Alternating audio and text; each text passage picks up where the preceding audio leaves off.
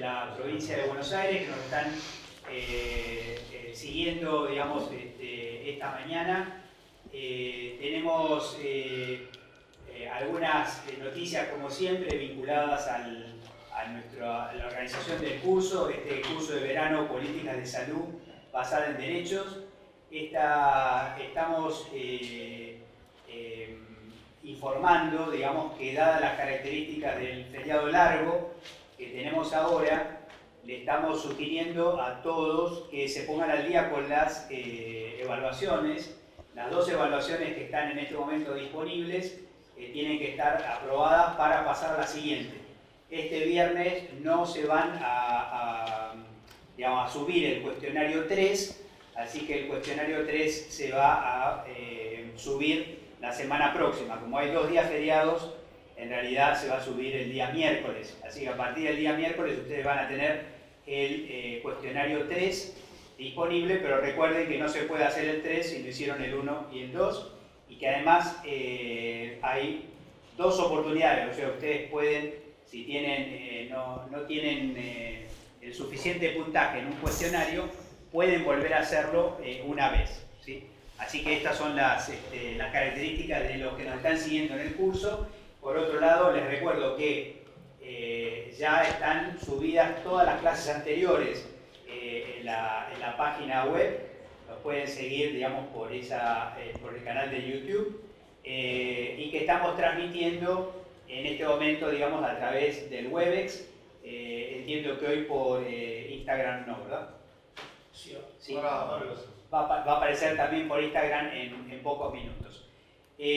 Vamos directamente, para no perder mucho tiempo, porque el día de hoy viene, digamos así, jugoso, vamos a decir así, literalmente hablando. Y como siempre, podríamos decir que en nuestro curso, a veces, si ustedes buscan respuestas, muchas veces se van con más preguntas, porque de eso se trata un curso de verano, también de la posibilidad de pensar y reflexionar.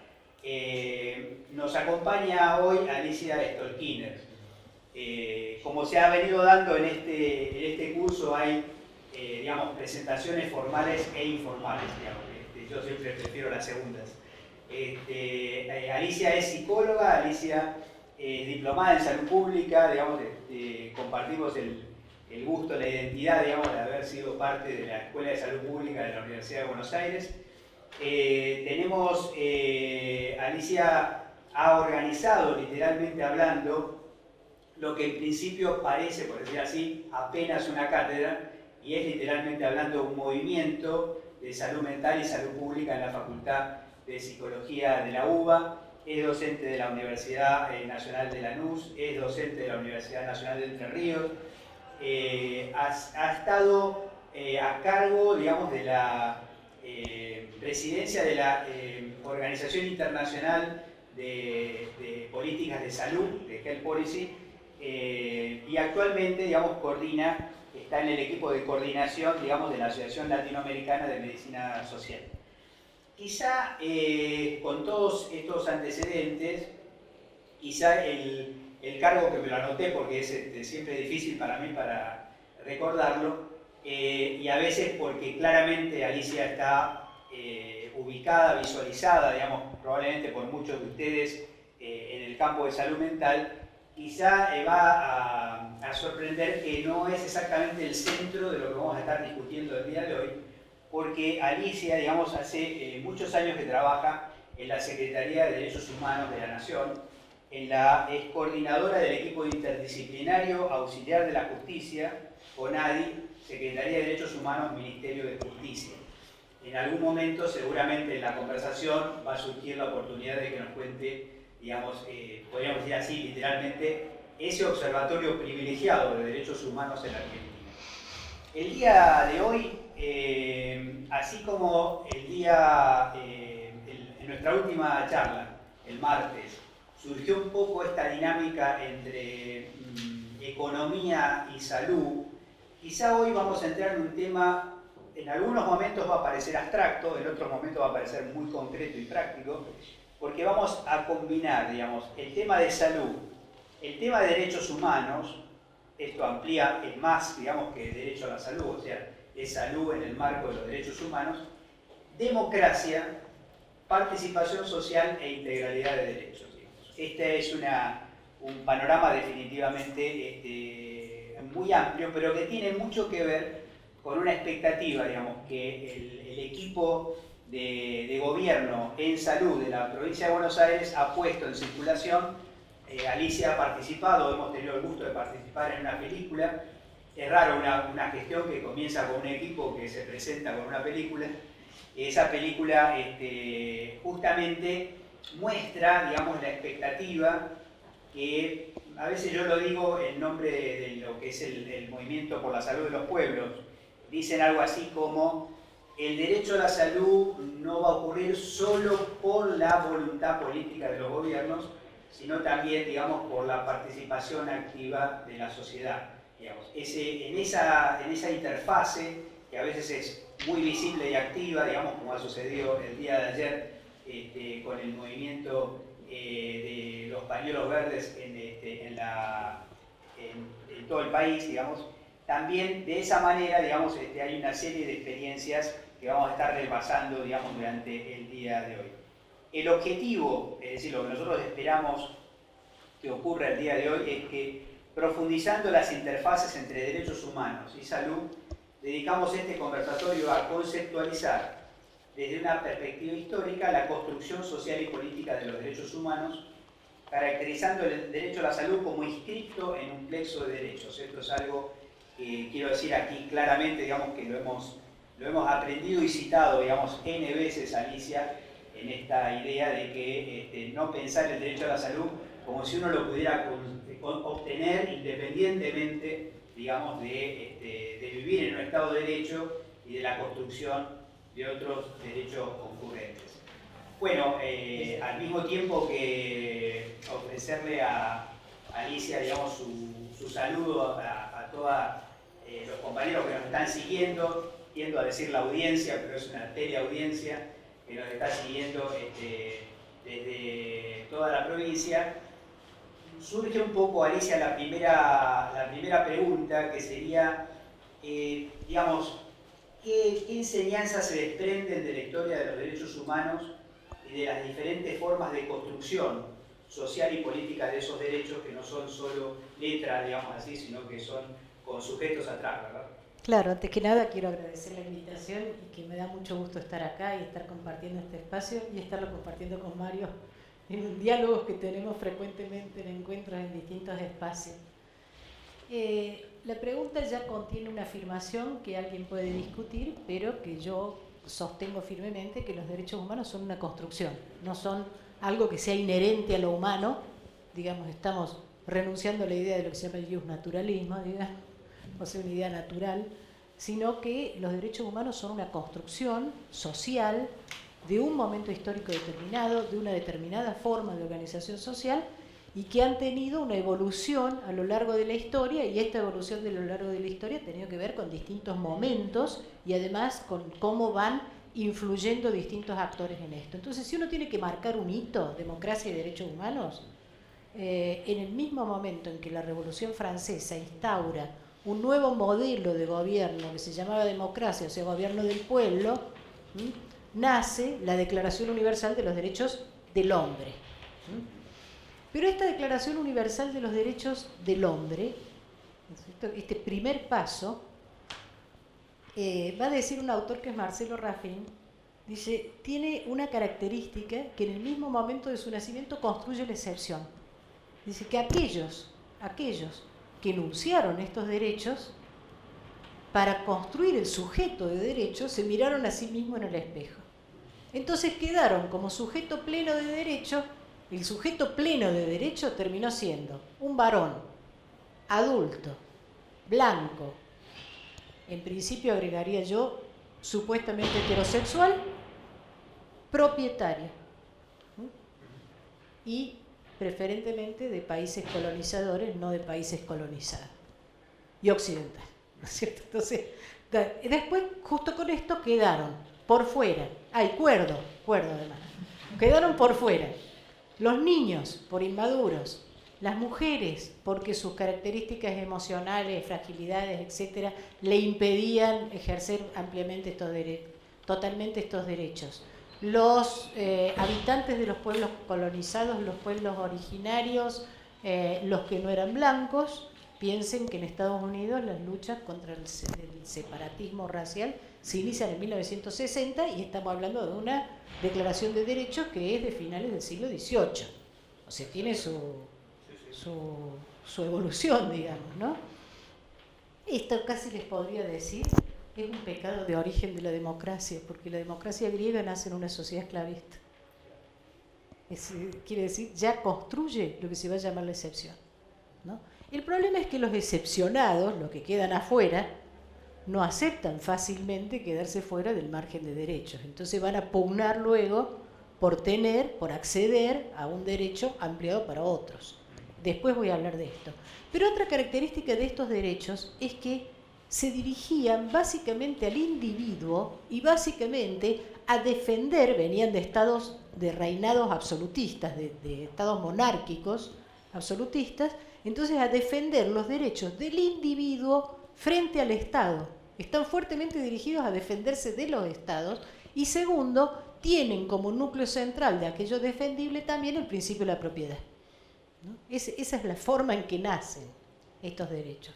Ahora, esto va a ir evolucionando de distintas maneras, no voy a hacer una crónica histórica, pero en algún momento la humanidad en el siglo XX, o sea, bastante tiempo después, choca de cara contra lo que va a ser el derrumbe del ideario de la modernidad, que es la Segunda Guerra Mundial.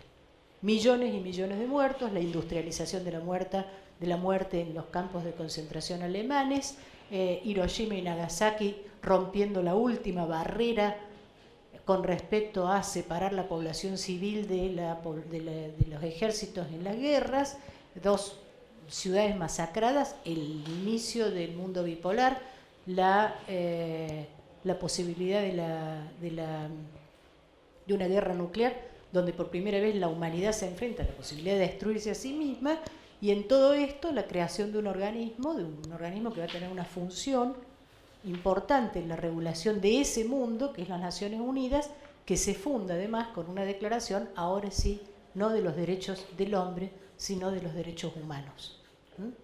Y en esta declaración de los derechos humanos, además, se va a filtrar algo que tiene mucho que ver con la tensión del mundo bipolar, en el sentido de que la categoría derechos humanos, en el sentido de derechos civiles y políticos individuales, se usa mucho para antagonizar Occidente, que sería libre, contra lo que sería el bloque socialista, que no sería libre, pero que sin embargo comenzaba a garantizar una serie de procesos de cuidado social que no garantizaba Occidente, ¿no? Pero por otro lado, la reconstrucción de Europa va a hacer entrar estos modelos keynesianos de estados sociales, de estados capitalistas, que sin embargo introducen políticas para colectivos. Estamos hablando, Alicia, también para nuestra audiencia y para ir ubicando estos momentos, estamos en este momento totalmente sincrónicos con el momento de la creación de la OMS y con el momento de la famosa definición, digamos, del Estado completo de bienestar. Estado completo, exactamente. La OMS va a venir a instalarse ahí, en esa idea de un Estado garantizando derechos que ya son de colectivos, y de hecho las Naciones Unidas enuncian poco después la Declaración de los Derechos Económicos, Sociales y Culturales, que es lo que algunos llaman la segunda generación de derechos, pero a mi gusto no es una segunda generación de derechos, sino que es en realidad una categoría nueva. No sé si... Y dentro de eso entra la salud como derecho y la declaración de la OMS. Hay una polémica interesante, porque también se plasma después en la Carta de San José de Costa Rica, sobre la idea si los derechos políticos son de cumplimiento inmediato y los económicos, sociales y culturales son graduales. Son graduales con el principio de no regresividad. En realidad, los derechos... A ver, hay un paquete de derechos civiles y políticos individuales que nosotros podríamos llamar los derechos liberales. Uno se lo nota por el lenguaje. Cuando uno dice libertad de prensa, está diciendo estamos en el terreno del liberalismo. Porque no hay prensa libre a esta altura de las cosas. Yo no conozco ningún periodista que pueda escribir una nota defenestrando el principal financiador de un diario. La libertad de empresa sería. Sí, es en realidad siempre por claro. Entonces, uno nota que hay gente que habla, se llena la boca con la libertad de prensa, y hay otra gente que habla de la libertad de comunicación o de la libertad de información, que son distintas. ¿Y cuál es la diferencia? Que la libertad de prensa es la libertad de los a esta altura del siglo, es la libertad de las grandes corporaciones empresariales periodísticas, y la libertad de información o de comunicación, o como la quieran llamar, que no es mi especialidad, es cómo las sociedades van democratizando el acceso a la información. No sé si... Cuando vos, en cierta manera, porque a veces ocurre cuando uno historiza, que algunas personas que escuchan entienden, comprenden más, y a otras personas de repente dicen, bueno, ¿para qué tomar carrera tan atrás? Resultaría interesante, me parece a mí, que resaltar que esto que uno lo mira para atrás, en realidad está ocurriendo hoy mismo. Totalmente, sí. Ayuda a entender también los procesos que están ocurriendo hoy, o ayer, para decirlo más gráficamente, en nuestra cotidianidad. ¿De qué manera uno puede aprender de esa historia? ¿Cómo es el proceso de construcción hasta que un derecho se plasma? Donde cada vez que surge una necesidad nace un derecho. Esa es una frase ya tiene su historia, digamos, y otra que yo te he escuchado a vos, muy interesante, claro, y otra que te he escuchado a vos y que creo que es importante, que es en salud. Cuando surge una tecnología, surge un derecho, ¿no es cierto? Después vamos a llegar a cuál es el problema entre mercado y derechos en el terreno de la salud. Porque en el movimiento médico-social, salud colectiva latinoamericano, nosotros hablamos de que la salud es un derecho, no una mercancía, y a nivel internacional también en otros movimientos exactamente lo mismo. Eso voy a volver luego, ¿no es cierto? Pero esta historia es posible, y además hay luces y sombras en esta historia, porque uno dice, nacen para defenderse del Estado. Y en realidad hay algo de los derechos humanos que siempre tienen que tener la mira puesta en defender la vida en relación a los Estados, ¿no? ¿Por qué? Porque si bien nosotros conocemos la experiencia de lo que fue el terrorismo de Estado, también es cierto que todo Estado tiene un núcleo de terror. Y que entonces es la sociedad la que debe permanentemente estar poniendo una mirada de control con dispositivos inclusive dentro del Estado mismo para controlar, es por decirlo, todo Estado es Dr. Hyde, ¿cómo es? Mr. Hyde, Dr. Jekyll y Mr. Hyde. Todo Estado todo Estado moderno tiene un componente de terror. Y va a tender además a construir la excepción, o sea, esa persona que queda fuera del marco de los derechos. Porque no es considerado humano o porque no es considerado lo suficiente. Por ejemplo, claro. En la Constitución brasilera, cuando aparece el derecho a la salud, que sería en este caso el derecho del ciudadano, la Constitución dice, digamos, la salud es un derecho, digamos, y es responsabilidad del Estado garantizarlo, ¿no? Claro. Tiene que ver un poco con lo que vos estás contando, o sea que, digamos, y es interesante este tema porque, digamos, esto mismo que estás mencionando justamente es lo que agrava, o sea, el Estado, el terrorismo de Estado, el Estado que tiene que cuidarme, es el mismo del que me tengo que cuidar. Pero además es el mismo que viola los derechos. Hay un texto de Freud muy interesante que empieza con una intervención que parece que va a decir Hobbes, por ejemplo, ¿no? Dice, la comunidad, las leyes son, por decirlo de alguna manera, el sometimiento del individuo a la comunidad, ¿no? O sea, la comunidad, para poder convivir, estructura una serie de leyes, ¿no?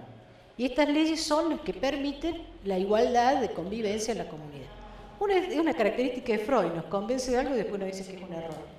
Entonces dice, esto que a primera vista parece muy correcto, dice, no es así. ¿Por qué? Porque las comunidades están compuestas por sujetos de individuo dispar, de poderío dispar,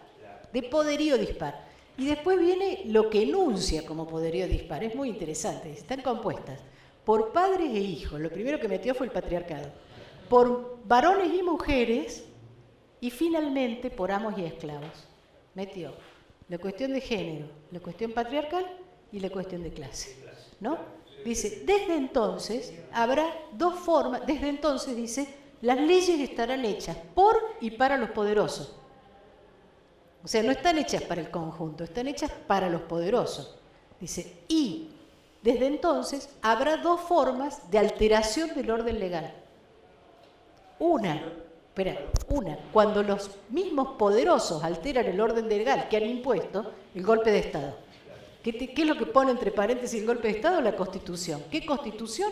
La Constitución liberal, que fue hecha por esos mismos grupos de poder que ahora la ponen entre paréntesis porque no les alcanza, porque el juego democrático ha hecho que la otra forma de alteración del orden jurídico, que es cuando aquellos que han quedado fuera del marco de la ley pugnan por ampliar esas leyes, o sea, que sean para todos, y también entra transformándolas. Entonces sucede esto que Rancière llama el odio a la democracia de los demócratas, o sea, de los que se llaman demócratas, pero lo que no les gusta de la democracia es que la gente reclame lo que necesita. Sí, algo así como democracia. Son republicanos pero no demócratas. Es una república democrática sin democracia. Eso mencionamos la otra vez en el debate. Primero el tema del nombre, por ahí muchos lo pueden buscar en YouTube porque ahí está, digamos, la película. El título es muy sugestivo, digamos, la insubordinación de los privilegiados. Claro. Que casi nunca uno piensa que se insubordinan a los privilegiados, claro. Cómo se forcejea sobre la interpretación de la ley y la ambivalencia, digamos, podríamos decir en último caso, porque ayer mismo también, antes de ayer, digamos, en la última charla, mencionábamos que, digamos, algo así como capitalistas son casi todos los países, sin embargo la distribución del ingreso no es igual, digamos, y que generalmente no tiene que ver con que hay capitalismos buenos o malos, sino porque hay estados, digamos, mejores o peores en esa distribución del ingreso, otra correlación de fuerzas. Entonces, quizá estaba pensando como una línea de tiempo vinculado a lo que planteamos antes, esta especie de ambivalencia, digamos, en nuestra relación con el Estado, ¿no? Porque cuando nosotros pensamos en el derecho a la salud, definitivamente pensamos en el rol del Estado.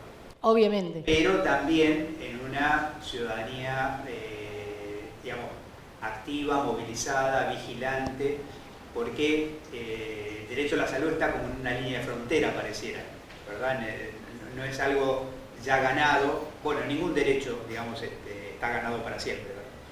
Ningún derecho está ganado para siempre y particularmente, casi te diría, a partir de que se empieza a imponer de los 70 en adelante, pero básicamente en los 90, este ideario neoliberal duro de ese periodo. De hecho, por ejemplo, el documento del Banco Mundial del Invertir en Salud de los 90, uno le pone un buscador de palabras y no tiene la frase derecho a la salud, no existe.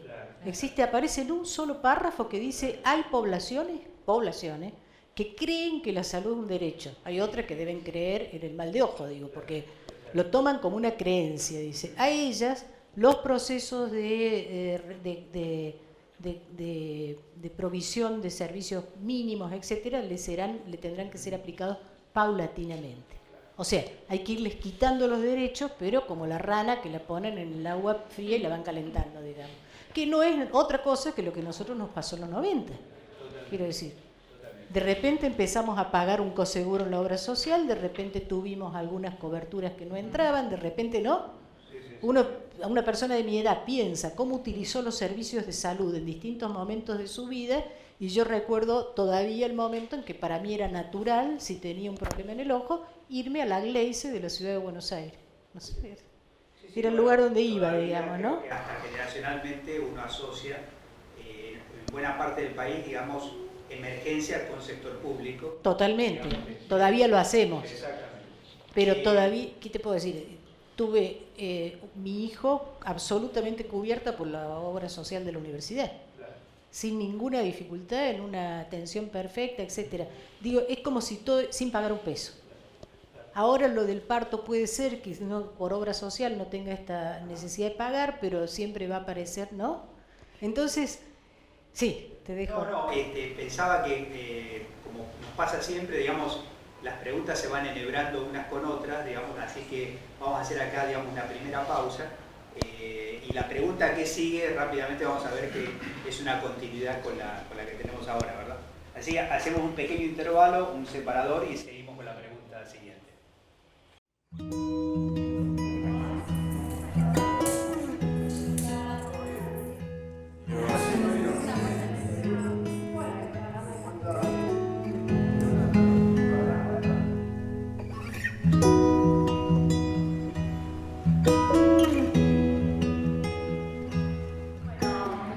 Gracias a todos y a todas, darles la bienvenida al curso, saludarlos. Para nosotros este es el comienzo, digamos, de alguna manera el comienzo formal de la Escuela de Gobierno Floreal Ferrara y sobre todo agradecer por el entusiasmo, por la inquietud, 2.000 inscriptos para un curso de verano, la verdad que es un número más que esperanzador.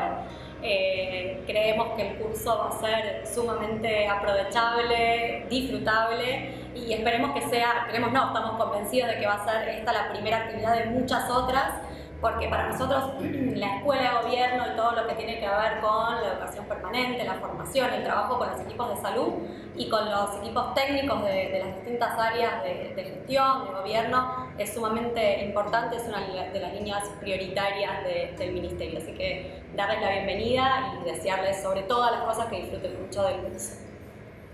Bueno, hola, buenos días a todos y a todas. En línea con lo que decía Mario y Leti, estamos lanzando esta escuela de verano, este curso de verano dentro de la escuela. La escuela va a tener otra magnitud en los próximos tiempos, ustedes van a ir viendo.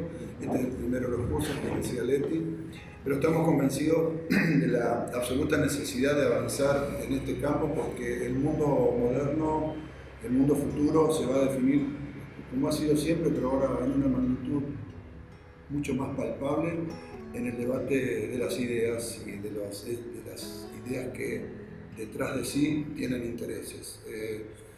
Hoy nos enteramos que uno de los millonarios más millonarios del mundo, George Soros, va a poner $1.000 millones en universidades de todo el mundo con la consigna en contra del populismo y a favor del liberalismo.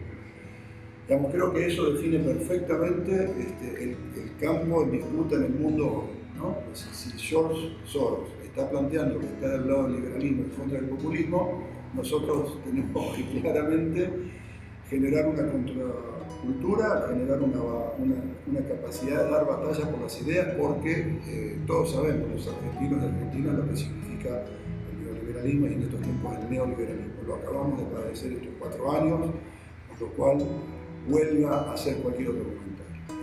La hemos pasado mal como país y todos y cada uno de los argentinos y argentinas ha estado peor con el neoliberalismo. Y eso es el debate. ¿Qué salud, qué país queremos de cara al futuro?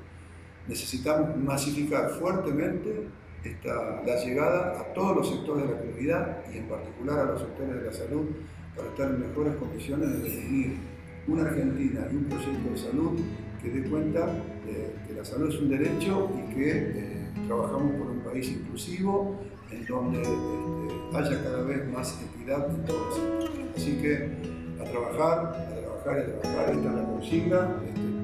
Nos podremos equivocar, pero por trabajo no nos van a poder criticar.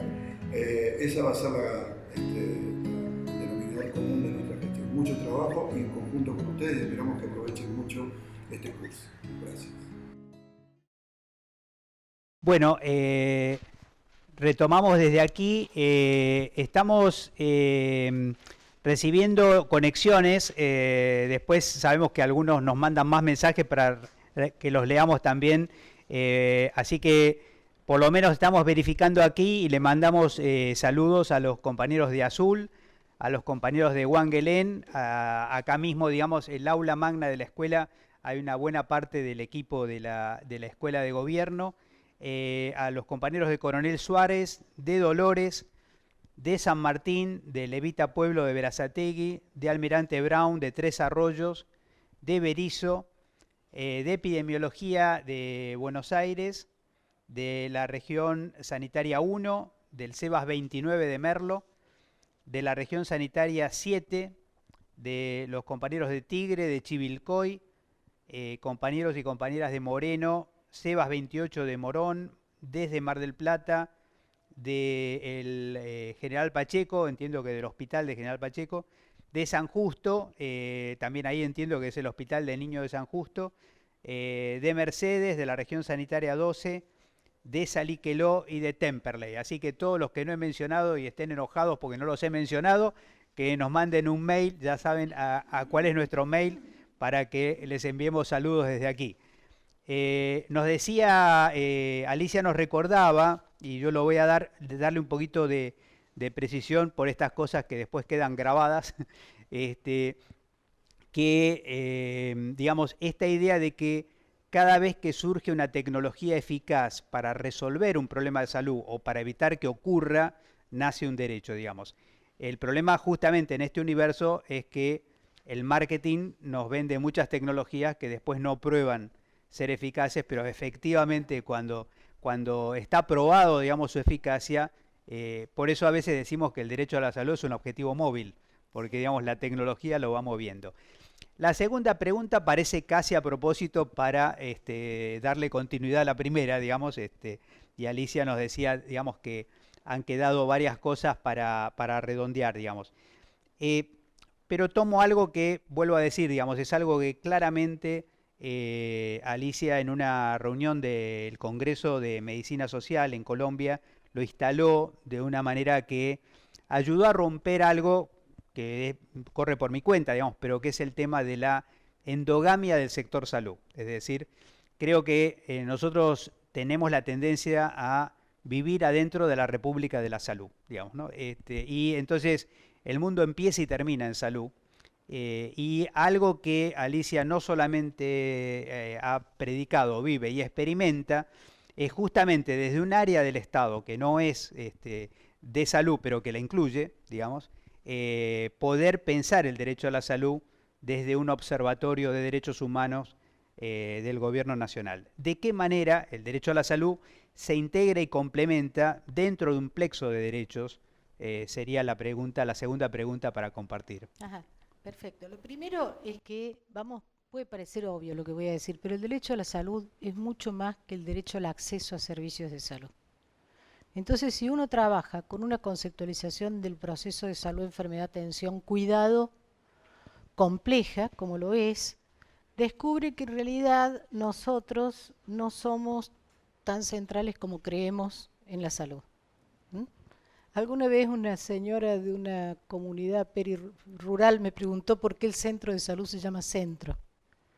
Y cuando yo la acompañé en un día cotidiano de su vida, luchando para mantener la alimentación de sus hijos, el cuidado de la higiene de la casa, etcétera, me di cuenta que esa señora trabajaba en el terreno de la salud tanto más que nosotros. Entonces, lo primero es que la idea de integralidad de derechos, en general, el planteo de integralidad de derechos, es que no se puede cumplir un derecho sin cumplir otro. Pero en el terreno de la salud, básicamente, y creo que desde que hablamos, la OMS plantó los determinantes sociales de la salud, que nosotros en el pensamiento latinoamericano llamamos determinación social de la salud, lo que sabemos perfectamente es que no hay forma de garantizar individualmente la salud. A ver, hay un cierto delirio con el individuo en Occidente que lleva a algunas personas que, por ejemplo, en la Guerra Fría temían por un ataque nuclear a construirse un refugio contra ataques nucleares donde podían sobrevivir ellos y su familia durante 5 años y salir después a no sé qué. ¿Está claro? Si le hubieran dedicado toda esa energía a luchar contra la guerra, quizás hubiera sido más útil, ¿no? Lo mismo cuando sucede, el otro día leí un titular de un diario que decía China comunista aplica principios maoístas de control de las personas para la epidemia esta del virus nuevo, del coronavirus. ¿En qué punto?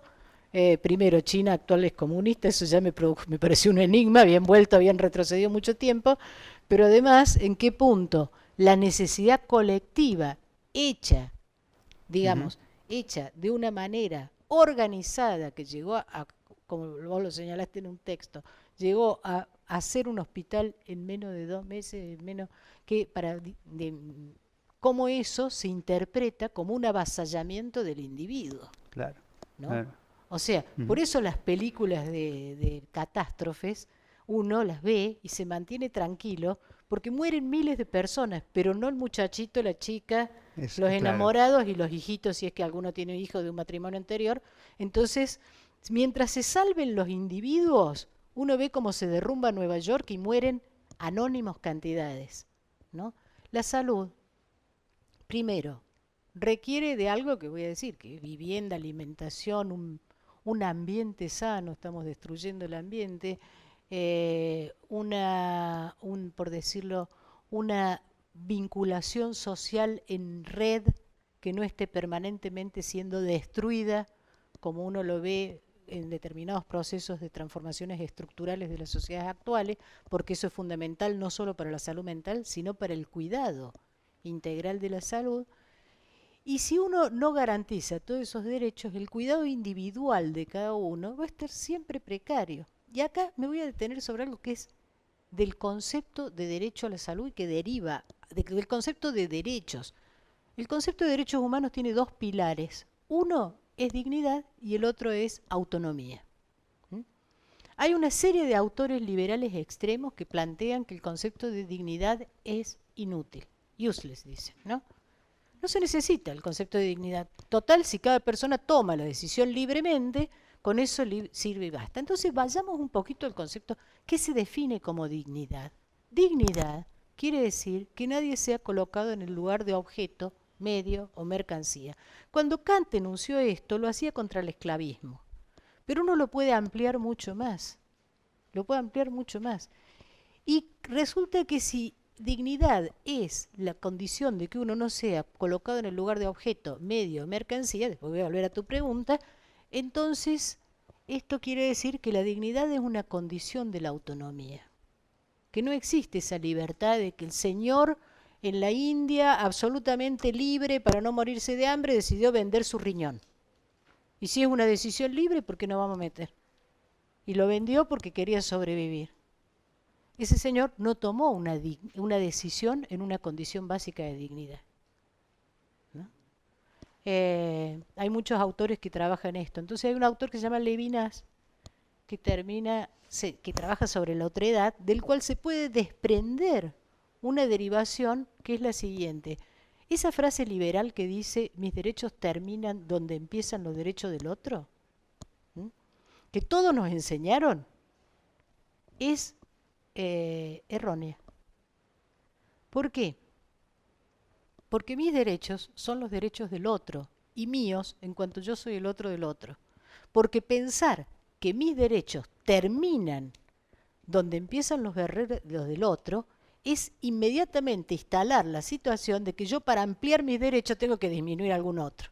No sé si está claro, ¿no? claro. Entonces, por ejemplo, el antropólogo que acompaña a Roca escribe: en nombre del progreso le serán quitadas las tierras a esta raza estéril. ¿Está claro? Entonces, este otro deja de ser otro. Y ahí es donde tenemos derechos humanos, pero como diría una política de este país, son derechos universales, pero de un universo más chiquito, dijo, ¿no? Claro. Entonces, volviendo a la salud, claro. La salud solo puede ser garantizada colectivamente. Y este colectivo es un colectivo que es un articulado entre la sociedad y el Estado. Y no pensando el Estado por un lado y la sociedad por otro, sino la articulación entre formas directas e indirectas de ejecución de una democracia lo más profunda posible. No claro, sé si... Totalmente. De hecho, me recuerdo mucho, incluso hemos vuelto a poner el separador del saludo inaugural del ministro, de Daniel Goyan, porque no se había escuchado muy bien la primera vez que lo pusimos. Y él, cuando habla, digamos, de las medidas de los primeros días de gobierno, incluye, por ejemplo, digamos, la tarjeta alimentaria como una intervención de salud, cuando técnicamente hablando no es una acción del Ministerio de Salud, digamos, pero la idea, digamos, misma de pensar, como pasó, cuando uno piensa, digamos, cómo es que se consiguió bajar de 10 por 1000 la mortalidad infantil, cuánto le atribuye uno a la acción de salud, cuánto a la asignación universal por hijo, cuanto a la distribución del ingreso, es decir que desde el punto de vista práctico estos derechos se van como tejiendo unos con otros, o sea, es imposible de separarlos o de aislarlos, salvo por cuestiones operativas o prácticas, ¿verdad? Sí, no siempre coinciden las grandes, las prestaciones de grandes tecnologías en salud con grandes esperanzas de vida de las poblaciones. Exactamente. No solo porque no todo el mundo tiene acceso. Ahí hay un detalle que yo querría tenerme en eso. El derecho a la salud incluye el derecho a la no medicalización de la vida. Ujú. O sea, a mí me parece perfecto, estuvo muy bien dicho recientemente, que el acceso de las personas, de los adultos mayores nuestros, a los medicamentos esenciales sea gratuito, así llamado sea Ujú. gratuito, y que se le garantice los otros. Perfecto. Pero también tenemos que revisar que la cantidad de medicamentos que toma en general una persona de más de 60 años en este país es en general más productora de enfermedad que de salud. Lo Ujú. mismo la cantidad de niños que tenemos medicados con metanfetaminas, con diagnósticos dudosos, Sí. que es aquello de lo cual se habla cuando se habla de medicalización de la infancia. Ujú. Lo mismo el uso global de medicación psicofarmacológica en el conjunto de la población, Ujú. y así sucesivamente. Entonces, Podría agregarte, Alicia, que una cosa que estamos estudiando en este momento también y que estamos recibiendo de la OMS es una alerta sobre el tema de las cesáreas innecesarias. total, Y hoy tenemos regiones, grupos sociales, países enteros donde, o municipios donde, digamos, lo normal, si uno llama lo normal a lo más frecuente, lo normal es la cesárea y lo excepcional, digamos, es lo que nosotros llamamos parto normal. Y además de que esto no sea de hecho una opción, lo que pasa con frecuencia, o sea, lo que está probado es que a partir de por encima del 15% de cesáreas, la salud de las mujeres y la salud de los niños empeora. empeora, Es sí. decir, lo que no pasa a ser una especie de... Y ahí vuelve el tema de esto de la prevención cuaternaria, que algunos llaman, digamos, que es también prevenir en tema de qué no hacer en salud, ¿no? Claro, pero tiene algo que traes, tiene algo interesante, que es algo que Alberto Vasco Uribe dice, y que en realidad para que se produzca ese efecto, por ejemplo, el aumento de la cantidad de cesáreas, hay, se construye además un discurso y una, por llamarlo así, ideología y una forma de subjetivación en la cual el sistema de salud tiene mucho que ver, casi te diría estadísticamente, porque una vez que se hizo la primera cesárea, porque a la mujer le metieron un goteo que le aceleró el parto de tal manera que no alcanzó a dilatar, etcétera, etcétera, entonces ya los dos siguientes hijos van a ser cesárea. Claro, A menos que exactamente. entonces ya ahí la Exacto. cesárea es un tipo de intervención que se multiplica a sí misma. Ujú. Empecemos por ahí. Pero además, en algunos sectores lo que yo veo, hay otro tema con las cesáreas, es muy práctica. Te permite planear o usar el quirófano un tiempo definido, te permite evitar el riesgo obstétrico, Ujú. la imprevisibilidad y al médico irse a cenar a su casa y no tener molestias los fines de semana. Es muy práctica. Pero además organiza bien los servicios, digamos. Sí, El uso de la sala de parto, todo se eso. nace en horario de oficina, digamos que es muy Claro. práctico, digamos, como algo, Pero al sí, sí, margen de eso, de lunes a viernes, digamos. hay un tipo de subjetividad producida en todo esto que primero naturaliza la cirugía. La cesárea es una cirugía mayor, quiere decir, abre órganos internos. Eso es riesgo. Pero nosotros tenemos como naturalizada ya la cirugía. Y segundo, hay una generación de mujeres jóvenes que tienen un cierto temor a la incertidumbre del parto, al dolor del parto, quizás por no contacto ya con eso, como lo tenían antes las mujeres entre ellas, y entonces cuando le proponen la cesárea la toman con mucha, casi te diría con alivio. Claro, Ese es claro. el lado de subjetividad en Ujú. el cual nosotros tenemos que Claro. pensar. Por supuesto que hay Habría, muchas que no, que el médico le dice cesárea y no lo va a discutir porque ya está ahí. ujú, Personalmente a mí me dijeron que mi hijo menor tenía que nacer con cesárea porque tenía 4,5 kilos y nació por parto normal. claro, claro. Pero Por ahí redondeando este segundo bloque, dejaría, y bueno, después vemos si seguramente no va a dar hasta después, digamos, para poder contestar la pregunta, pero si yo hubiera, digamos, en la década pasada, para decir así, y me hubieran dicho, digamos, si era década ganada o década perdida, fue parte del debate, yo hubiera elegido el plexo de derechos, digamos, que se generó incidiendo sobre la salud, digamos, del 2005 al 2015. Eh, Ahora, si quisiera poner eso en un código, me voy a encontrar con que hay leyes absolutamente estratégicas para el derecho a la salud que no son de salud. obvio. Una, digamos, que recuerdo claramente, por ejemplo, es la ley de migraciones, digamos. Los derechos de los migrantes, digamos, incluso de los pocos instrumentos jurídicos que tenemos donde se habla del derecho a la salud, es en la ley de migraciones. Matrimonio igualitario, digamos, ley de medios, digamos, o sea, esta idea, digamos, de qué forma no hay, digamos, algo así como una ley de salud, sino que mismo la salud, digamos, incluye la ley de salud mental, la ley de salud sexual y reproductiva. ¿Cómo ves vos ese engranaje Yo creo jurídico? que ese fue un periodo muy interesante donde la producción legislativa, por decirlo de alguna manera, la producción legislativa realmente en muchos casos fue fuertemente instrumentada no solo desde el Ejecutivo, sino también por actores sociales que proponían determinadas leyes.